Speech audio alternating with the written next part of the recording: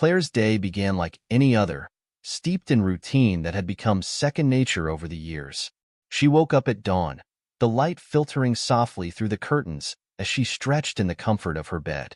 The air smelled of the fresh coffee Gary always brewed before she even stirred, a small ritual he had maintained since the early days of their marriage.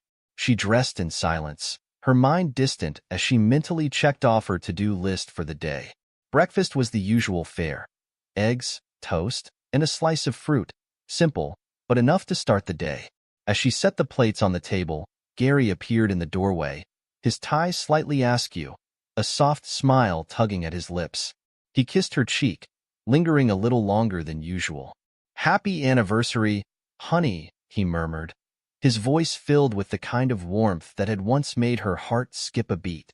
"Happy anniversary," Claire echoed, her tone lighter, almost automatic. She forced a smile, but her thoughts were already drifting elsewhere. Gary pulled out a chair and sat down, oblivious to the storm brewing inside his wife. He talked about his plans for the day, the dinner reservation he had made at Le Petit Bistro, and how he couldn't wait to see her in the new dress he'd bought. Claire nodded along, responding with the appropriate level of enthusiasm, but her mind was already on Jake. Jake had joined her firm a year ago, bringing with him a presence that was impossible to ignore. He was charming, confident, and flirtatious, a stark contrast to the steady, reliable man. At first, it was just harmless banter, an innocent distraction from the monotony of her workday. But over time, the flirting became more intense, the touches more deliberate. Claire found herself drawn to Jake in ways she hadn't felt in years, and it terrified her how quickly she fell into the thrill of it all. As she cleared the breakfast dishes, Claire's phone buzzed with a message from Jake. "Can't wait to see you tonight. My place at 7? She quickly glanced over her shoulder to make sure Gary wasn't watching before typing a quick response. "See you then?" Gary was gathering his things, preparing to leave for the office. He paused at the door, turning back to look at her with a fond expression. "Don't work too hard today, okay? I want you all to myself tonight," he said with a grin. "I won't," Claire promised, forcing another smile.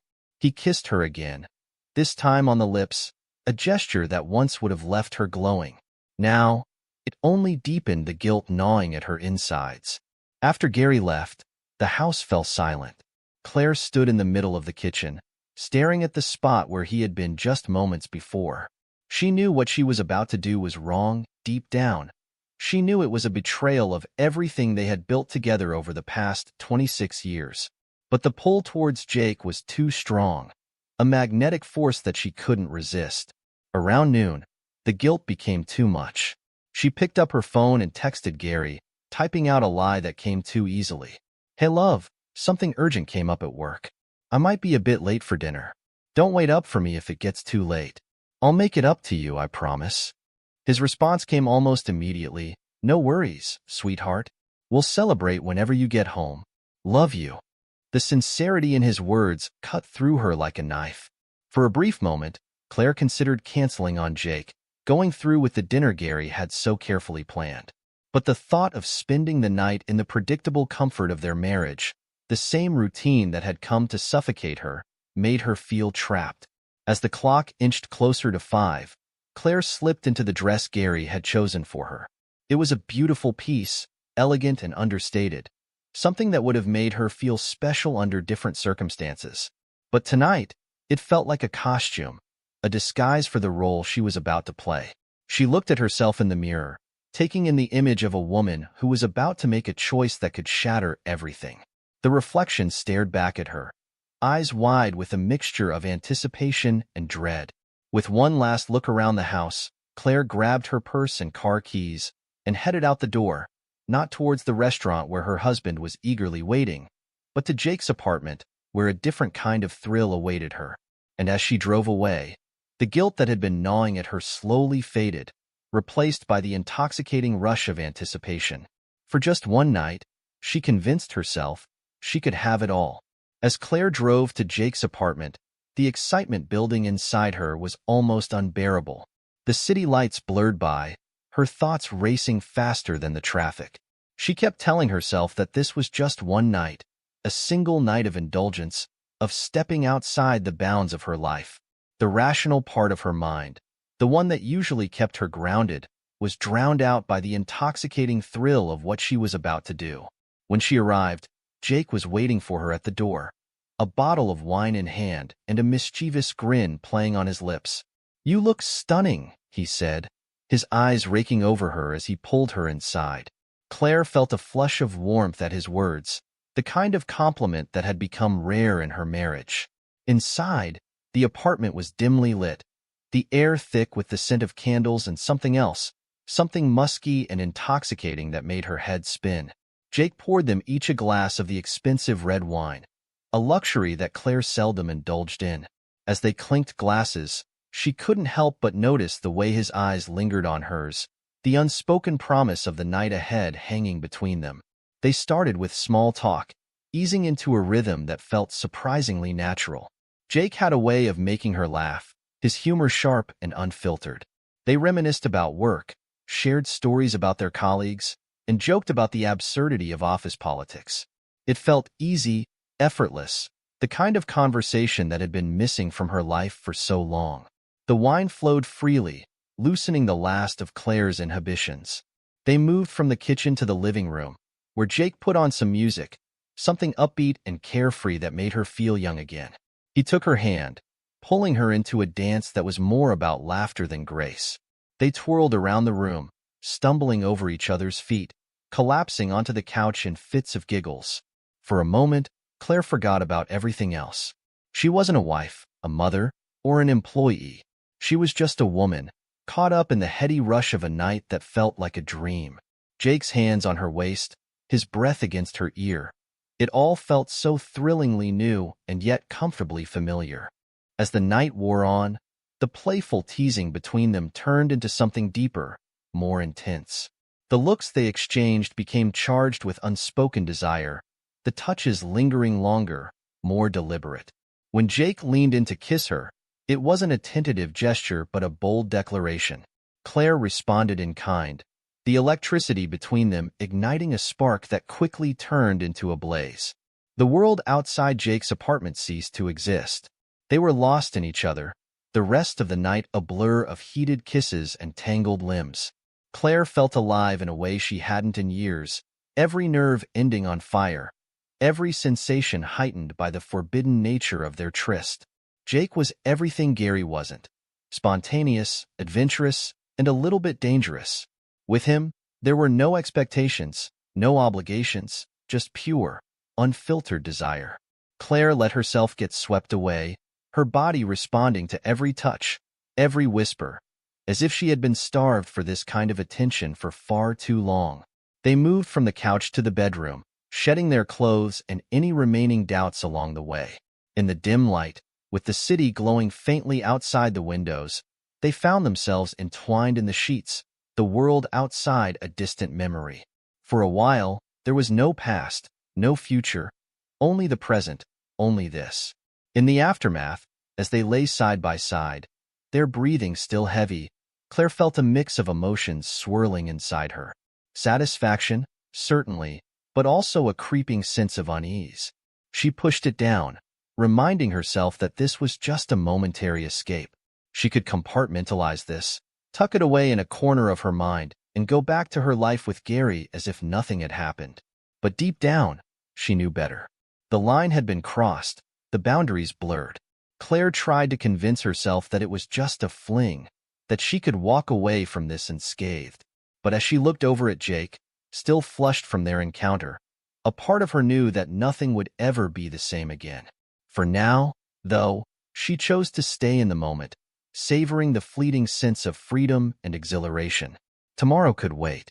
Tonight, she was someone else, someone who lived for the thrill of the moment. Consequences be damned. The night had slipped by in a haze of passion and laughter, the hours blending together until the world outside seemed to disappear entirely. It was well past midnight when Claire finally thought to check her phone. She reached over to the nightstand, her fingers brushing against the cool surface of her screen. The moment she saw the notifications, a cold dread settled in the pit of her stomach. There were several missed calls from Gary, each one time-stamped later and later into the evening. Her heart began to race, 1,000 thoughts swirling in her mind as she opened the first text message. "You deserve each other. Enjoy?" She paused, her breath hitching as she read the next line. "But guess what? You're now a homeless bitch. I'm gonna sleep with your sister." Claire's hands trembled, the phone nearly slipping from her grasp. She felt a wave of nausea rise within her, a sickening realization that everything had just come crashing down. The final blow came in the form of an image, a picture of their wedding rings discarded in a trash can, a brutal symbol of the life she had just destroyed. How had he found out? What had he done? And what in God's name did he mean by homeless? The questions pummeled her mind, each one more terrifying than the last. Jake stirred beside her, mumbling something as he shifted under the covers. Claire didn't even register what he said. Her entire focus was on the disaster that was unfolding. She had to get out. She had to figure out what was happening. She threw the covers off, her movements frantic as she scrambled to get dressed. Her clothes were scattered across the floor, remnants of the night she now wished she could erase. As she pulled on her dress, she caught a glimpse of herself in the mirror, disheveled, panicked, a far cry from the confident woman who had walked through Jake's door only hours before. Jake sat up, blinking in confusion. "Claire? What's going on?" he asked, his voice groggy with sleep. I have to go," she stammered, her mind too chaotic to form a coherent explanation. I have to leave."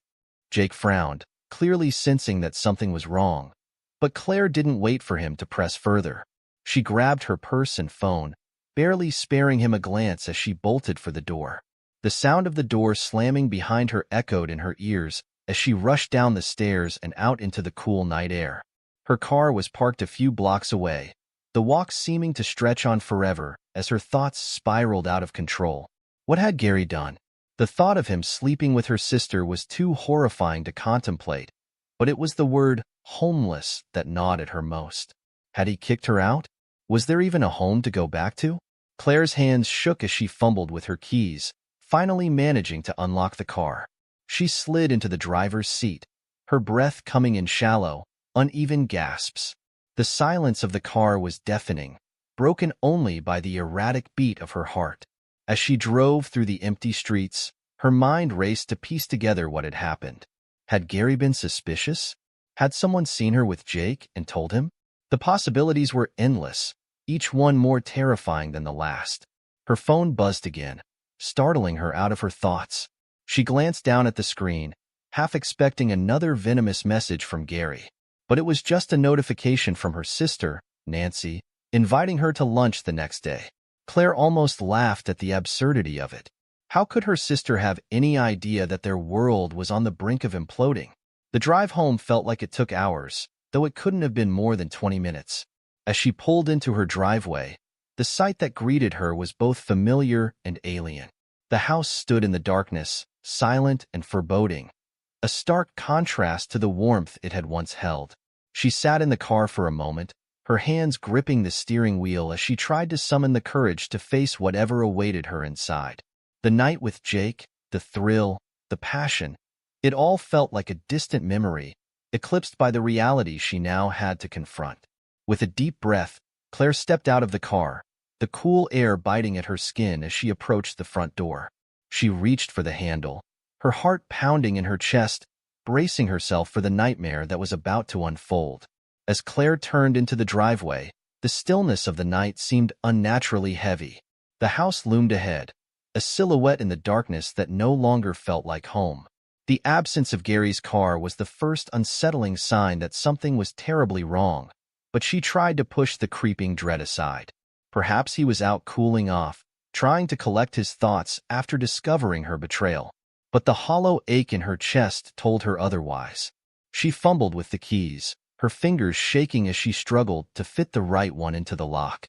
The door swung open with a low creak, and she stepped inside, immediately engulfed by an eerie silence. The familiar warmth of their home had been replaced by a chilling emptiness. Claire reached for the light switch, but nothing happened. The power was out, leaving her to navigate the darkness by the pale glow of the moon filtering through the windows. Her foot caught on something as she took a step forward, and she nearly tripped. Bending down, she realized it was a shattered picture frame, the glass fragments scattering across the hardwood floor. She picked it up, holding it to the light. It was a photo from their wedding day, the glass now cracked through the middle, splitting their smiling faces in two. Her heart twisted as she stared at it, the weight of what she had done pressing down on her like a vice. As she moved further into the house, the full extent of Gary's rage became clear. Furniture was upended, cushions slashed open, their stuffing spilling out like entrails. Books and papers were strewn everywhere, the remnants of a life she had once cherished now littered across the floor. It was a war zone, and Claire felt as though she were the casualty. But it was the walls that stopped her in her tracks. What had once been a gallery of memories, family photos, framed art, tokens of a shared life, was now a canvas of fury. Spray-painted words screamed at her from every direction. Liar, cheater 304, and the one that stung the most, betrayal. Her breath hitched as she stumbled through the house, each step revealing more destruction. The kitchen, where they had shared countless meals, was a disaster. Cabinets hung open, their contents shattered on the floor. The refrigerator door was ajar, food spoiling in the darkness.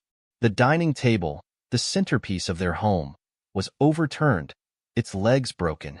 The living room, where they had once curled up together to watch movies, was unrecognizable. The TV was smashed, the couch slashed to ribbons. Even the fireplace, once a place of warmth, was cold and desecrated. The ashes from their last fire scattered across the floor. It wasn't until she reached the bedroom that the full gravity of Gary's actions hit her. The bed, where they had spent countless nights side by side, was stripped bare, the mattress leaning against the wall as if it had been tossed aside in a fit of rage.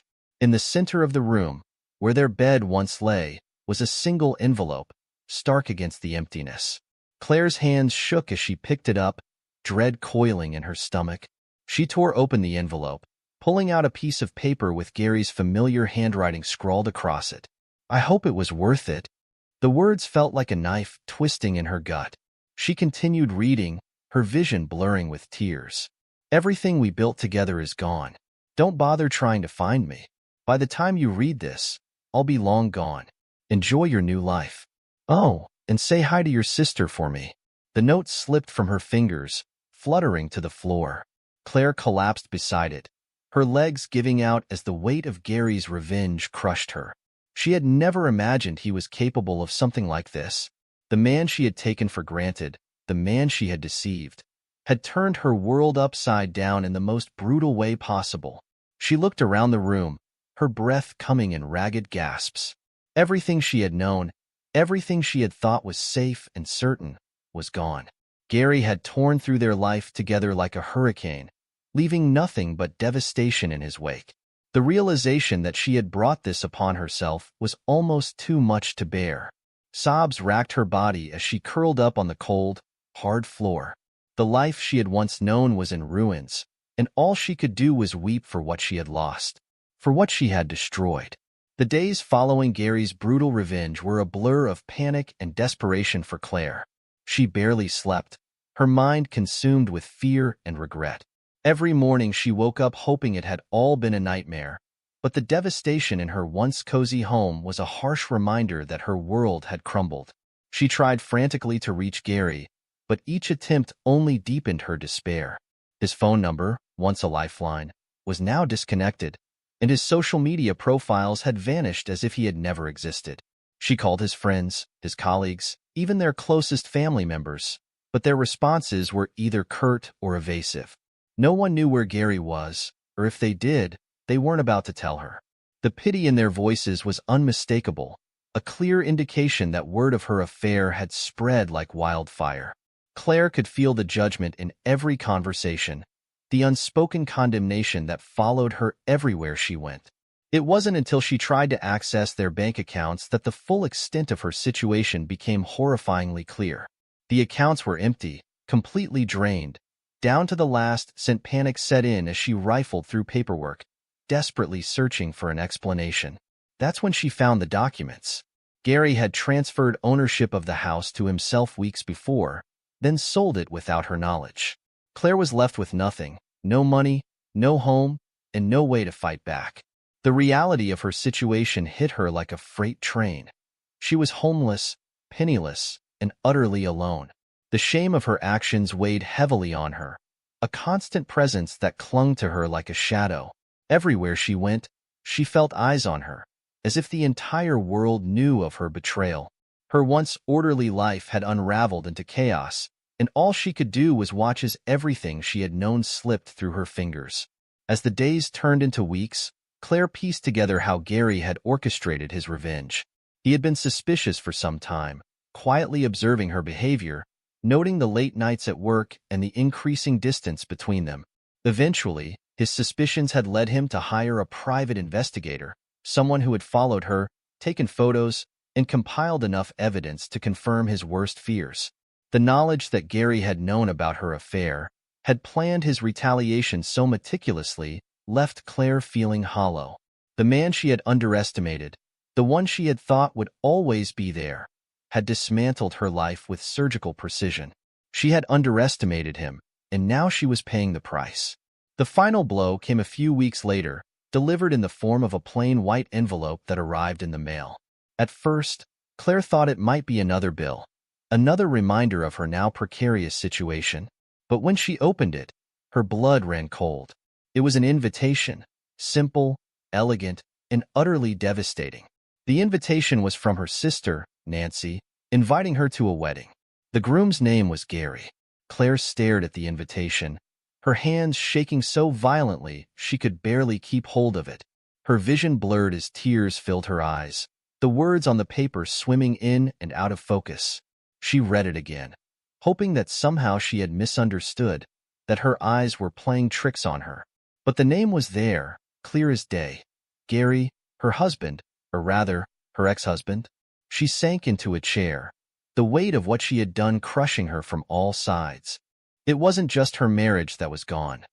Gary had found a way to twist the knife even further, to strike at the very heart of her family. The thought of him with her sister, the betrayal from both sides, was more than she could bear. In the days that followed, Claire tried to find the strength to fight back, to salvage some part of her life. She consulted lawyers, but the divorce papers that had arrived shortly after the incident left her with no recourse. Gary had been thorough, ensuring that she was left with nothing. When she had tried to reach out to him, begging for forgiveness, for some semblance of mercy, he had only responded through his lawyer. The divorce was final, and there would be no reconciliation. The world Claire had known was gone, replaced by a cold, unrelenting reality. As the wedding date approached, she found herself sinking deeper into despair, unable to escape the consequences of her actions. Gary's revenge had been total, leaving her with nothing but the bitter taste of regret and the shattered remnants of a life she had once taken for granted. The invitation sat on her kitchen table, a constant reminder of the life she had lost. And as the days slipped by, Claire realized that she was truly alone, left to grapple with the choices that had led her to this point. The day of the wedding dawned with a gray, oppressive sky that seemed to mirror Claire's mood. She stood in front of the mirror, staring at her reflection as she tried to summon the courage to face what lay ahead. Her hands trembled as she applied makeup, each stroke of the brush a futile attempt to mask the turmoil churning inside her. The dress she wore, a simple black sheath, was the only thing that seemed appropriate, a stark contrast to the joyous occasion she was about to witness. As she made the drive to the venue, Claire's thoughts were a tangled mess of regret and desperation. Nancy and Gary's relationship had always been close, but she had never imagined it would culminate in this ultimate betrayal. The invitation, with its elegant script and cruel implications, had felt like the final nail in the coffin of her old life. But a part of her, the part that still clung to some shred of hope, believed that if she could just see Gary, speak to him, she could somehow make things right. The wedding was held in a quaint chapel on the outskirts of town, the kind of place she and Gary might have chosen themselves in another life. As Claire stepped out of her car and approached the entrance, she felt eyes on her, sharp, judging eyes that seemed to pierce through her. It was as if everyone knew who she was, what she had done, and they all silently condemned her for it. Inside, the atmosphere was festive, a stark contrast to the storm brewing in Claire's heart. She could feel the disdain radiating from every corner, a palpable tension that made her want to turn and run. But she didn't. She couldn't. Claire's heart sank as she caught sight of her sister, Nancy, standing at the front of the chapel. Dressed in a simple but elegant white gown, Nancy looked radiant, her face glowing with happiness. Claire couldn't help but notice the subtle similarities between the dress Nancy wore now and the one she had worn on her own wedding day, a small, bitter reminder of the life that was no longer hers. Nancy's eyes swept over the crowd, meeting Claire's briefly before moving on as if she were just another face in the crowd. There was no warmth, no acknowledgement of the bond they once shared. The cold indifference in Nancy's gaze cut deeper than any words could. It was clear that whatever relationship they had once had was now as broken as Claire's marriage. Gary stood beside Nancy, his expression unreadable as he took in the scene before him. When his eyes locked with Claire's, there was no trace of the man she had once loved. The warmth and kindness that had defined him were gone, replaced by a cold, calculating satisfaction. He had one, and they both knew it. He didn't need to say a word. The look in his eyes was enough to convey the depth of his victory. Claire was no longer the woman he loved, but the enemy he had vanquished. The ceremony began, and Claire found herself sitting in the back row, isolated from the rest of the guests. The words of the officiant washed over her like a distant echo, drowned out by the roar of her own thoughts. She watched as Gary and Nancy exchanged vows, their voices steady, filled with the conviction of a future together.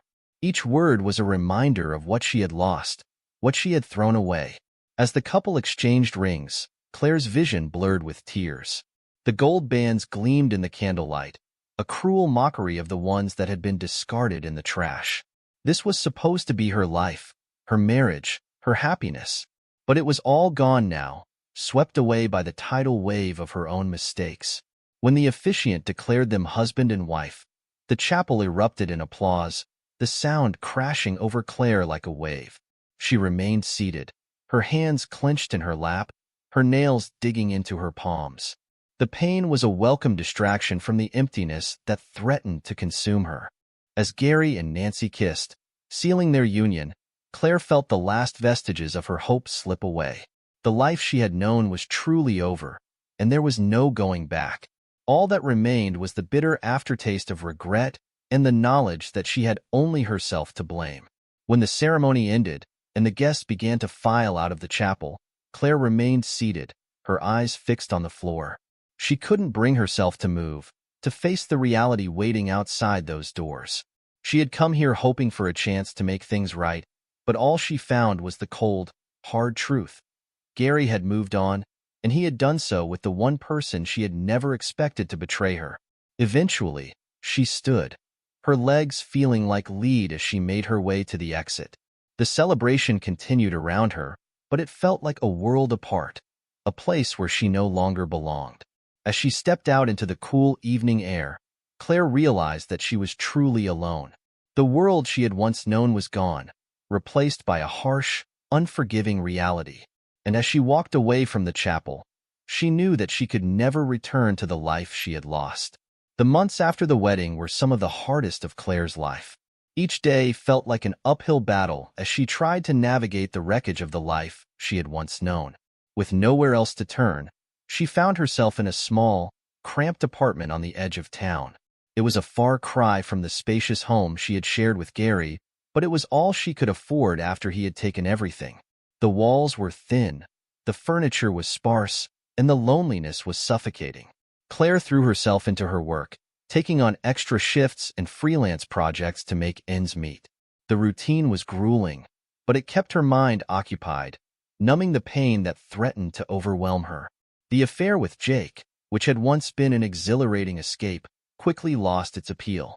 Without the thrill of secrecy, their connection faded, leaving Claire feeling even more isolated. Jake stopped calling, and Claire didn't bother to reach out. Their relationship had been built on lies and deceit, and without that foundation, there was nothing left to salvage. As Claire struggled to rebuild her life, Gary and Nancy's world seemed to flourish effortlessly. Social media became a double-edged sword, a painful reminder of the happiness she had lost and the life she had inadvertently created for them. She couldn't help but scroll through their posts, each one a dagger to her heart. There were photos of exotic vacations, their new house, and, eventually, the announcement that Nancy was pregnant. Gary's smile in those pictures was wide and genuine, a stark contrast to the last time Claire had seen him. The knowledge that Gary was thriving in his new life, while she was barely scraping by, filled Claire with a toxic mix of bitterness and regret. But there was nothing she could do.